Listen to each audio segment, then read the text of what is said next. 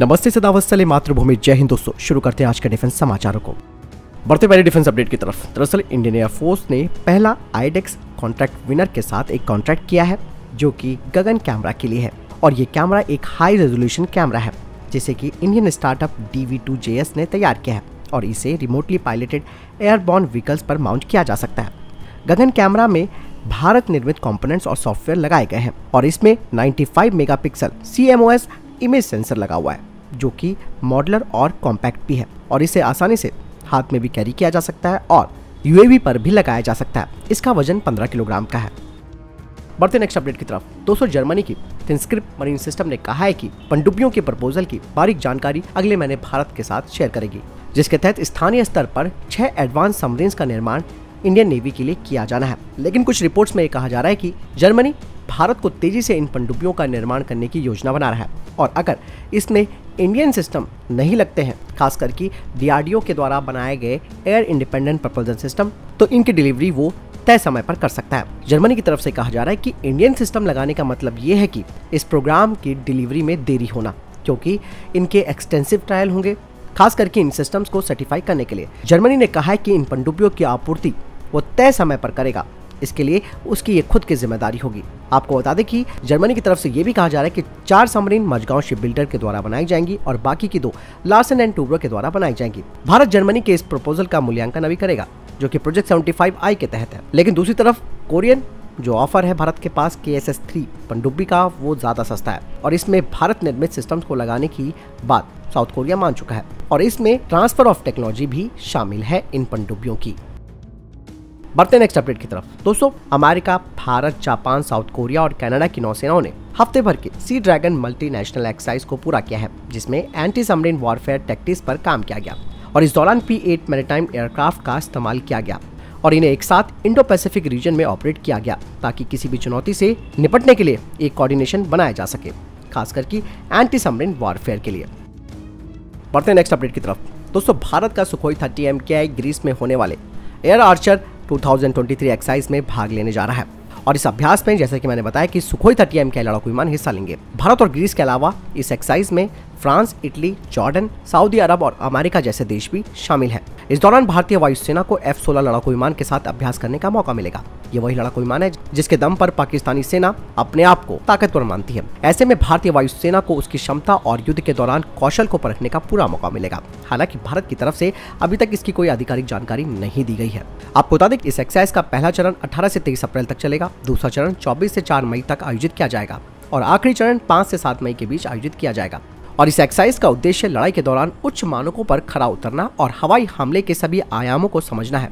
इससे कई देशों के साथ मिलकर हवाई हमला करने का अभ्यास भी किया जाएगा, जिसमें कि offensive counter operations, defensive counter operations, strategic air operations, जमीन पर मौजूद सेना को हवाई सहायता देने का अभ्यास, नौसेना को हवाई मदद देने का अभ्यास, खोज, कॉम्बैट, सर्च एंड रेस्क्यू, दुश्मनों के महत्वपूर्ण ठिकानों को नष्ट करने का अभ्यास और अपने महत्वपूर्ण अड्डों को बचाने का अभ्यास भी किया जाएगा।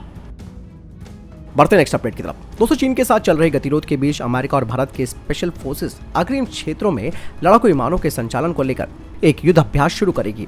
हालांकि इस शेड्यूल में कुछ बदलाव भी किया जा सकता है। सूत्रों की माने तो युद्ध अभ्यास के दौरान अग्रिम पंक्ति के क्षेत्रों में बमों को निर्धारित लक्ष्य पर सटीकता से पहुंचाने के लिए लेजर की मदद से लक्ष्य निर्धारित करने पर ध्यान दिया जाएगा।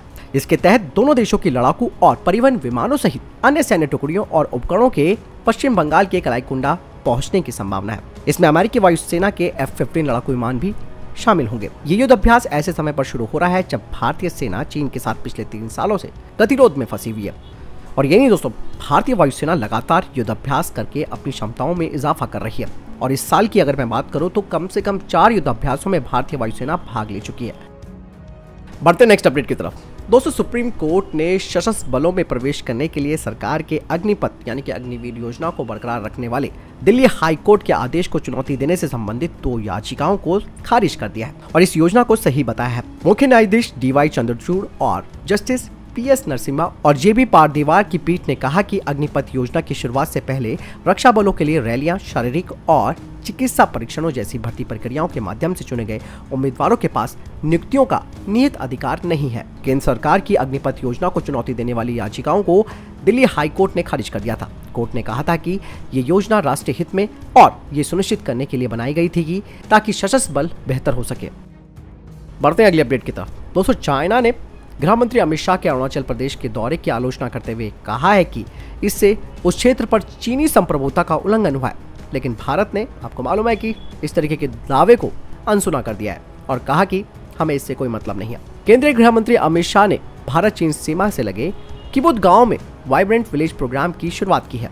ऐसे में चाइना इस बात से काफी चिढ़ गया है। चीनी विदेश मंत्रालय के प्रवक्ता ने कहा कि जंगनन यानी कि अरुणाचल प्रदेश चीन का क्षेत्र है। यानी कि दोस्तों, अब तो साफ तौर पर चाइना खुलकर अरुणाचल प्रदेश को अपना हिस्सा मानने लगा है और इसका नाम, जैसे कि मैंने बताया, कि जंगनन रखा है उन्होंने। यही नहीं, चीन के विदेश मंत्रालय के प्रवक्ता ने कहा कि इस क्षेत्र में भारतीय अधिकारियों की गतिविधियों से चीन की संप्रभुता का उल्लंघन होता है और ये सीमावर्ती क्षेत्रों में शांति के लिए अनुकूल नहीं है और हम इसका विरोध करते हैं। दोस्तों, भारत ने पिछले हफ्ते चीन के द्वारा अरुणाचल प्रदेश के कुछ स्थानों का नाम बदलने के कदम को सिरे से भी खारिज कर दिया था। बढ़ते हैं नेक्स्ट अपडेट की तरफ। दोस्तों, यूक्रेन की पहली उप विदेश मंत्री एमिन झापरोवा भारत में 4 दिनों की यात्रा पर है और झापरोवा भारत पहुंच चुकी है। अपनी 4 दिवसीय यात्रा के दौरान वो भारत के विदेश मंत्रालय के सचिव संजय वर्मा से बातचीत करेंगी। विदेश मंत्रालय ने कहा कि झापरोवा विदेश और संस्कृति राज्य मंत्री मीनाक्षी लेखी और उप राष्ट्रीय सुरक्षा सलाहकार विक्रम मिस्त्री से भी बात करेंगी।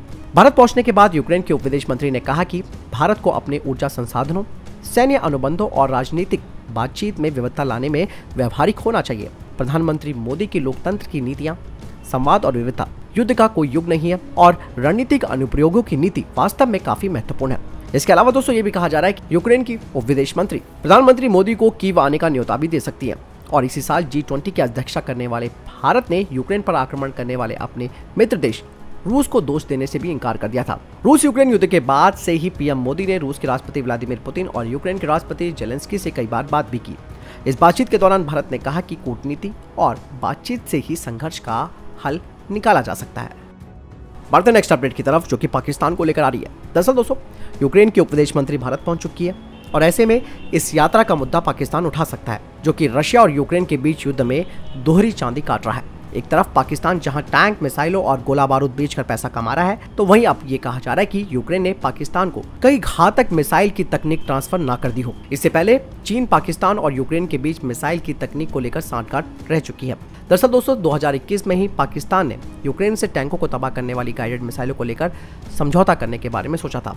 यही नहीं, यूक्रेन के ऊपर आरोप ये भी लगा है कि उसने उत्तर कोरिया को भी मिसाइल तकनीक मुहैया कराई थी। यूक्रेन इन दिनों हथियारों की भारी कमी से जूझ रहा है और कंगाल हो चुका पाकिस्तान यहाँ से पैसे कमा रहा है। हालांकि पाकिस्तान ने जो भी गोला बारूद यूक्रेन को मुहैया कराया है वो खराब क्वालिटी का निकला है, लेकिन फिर भी यूक्रेन के पास हथियार नहीं है और ऐसे में उसके लिए ये भी मददगार हो रहे हैं। और पाकिस्तान ने अब कहा है कि वो इस महीने 230 कंटेनर हथियार कराची पोर्ट से यूरोप भेज रहा है। यह हथियार या तो जर्मनी या फिर पोलैंड के बंदरगाह भेजे जा रहे हैं। दोस्तों, यहाँ पे सबसे मजेदार बात ये सामने आ रही है कि पाकिस्तान जहां यूक्रेन को हथियार भेज रहा है, तो वहीं रूस से भी अपने विमानों के इंजनों को अपग्रेड करने के लिए अनुरोध कर रहा है। ऐसे में आप समझ सकते हैं कि पाकिस्तान को लगता है कि वो समझदार है और बाकी बेवकूफ़ हैं। पाकिस्तान दावा कर रहा है कि इस महीने के अंत तक रूस से वो सस्ता तेल हासिल कर लेगा। और दोस्तों, भारत अब यूक्रेन और पाकिस्तान के बीच हथियारों की बढ़ती दोस्ती की जांच करवा रहा है। बढ़ते हैं नेक्स्ट अपडेट की तरफ। दोस्तों, एक ईरानी अधिकारी ने कहा है कि ईरान की इस्लामिक रेवोल्यूशनरी गार्ड कॉर्प ने 50 किलोग्राम के वॉरहेड से लैस एक homemade long range high precision kamikaze drone का सफल परीक्षण किया है।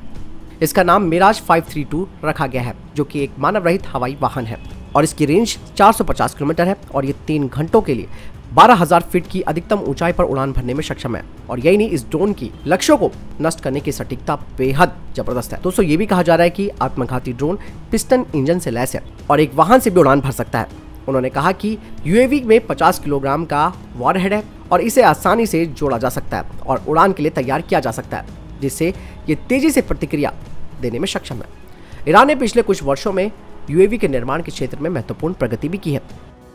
दोस्तों, चाइना और ताइवान के बीच टेंशन लगातार बढ़ती जा रही है। दरअसल दोस्तों, अब जापान की तरफ से ये कहा जा रहा है कि उसने ताइवान के करीब हो रही चीनी मिलिट्री डील का जवाब दिया है। जापान की तरफ से ये जानकारी दी गई है कि जापानी मिलिट्री ने फाइटर जेट्स को रवाना किया है। ये जेट्स उस समय रवाना किए गए जब चीन ने एयरक्राफ्ट कैरियर शैंडोंग से 120 लॉन्च और लैंडिंग को अंजाम दिया। शैंडोंग एयरक्राफ्ट कैरियर इस समय पूर्वी ताइवान में मौजूद है। वहीं दूसरी तरफ अमेरिका की तरफ से कहा जा रहा है कि उसने अपने guided missile destroyer USS Milius को चीन के दावे वाले हिस्सों की तरफ रवाना कर दिया है। अमेरिकी नौसेना ने कहा कि जहाज विवादित सेपरेटली द्वीप समूह के पास से गुजरा है दरअसल दोस्तों आप सब जानते हैं कि ताइवान के राष्ट्रपति की अमेरिकी यात्रा के बाद चीन भड़क चुका है, इसीलिए वो लगातार शक्ति प्रदर्शन को यहाँ पर कर रहा है। तो फिलहाल दोस्तों ये थे अभी तक के टॉप डिफेंस और इंटरनेशनल अपडेट्स। वीडियो के सामने कोई प्रश्न जवाब या कोई सवाल है कमेंट सेक्शन में लिखकर जरूर पूछ सकते हैं। मिलता हूं नई वीडियो के साथ। चैनल जरूर सब्सक्राइब कीजिएगा। जय हिंद, वंदे मातरम।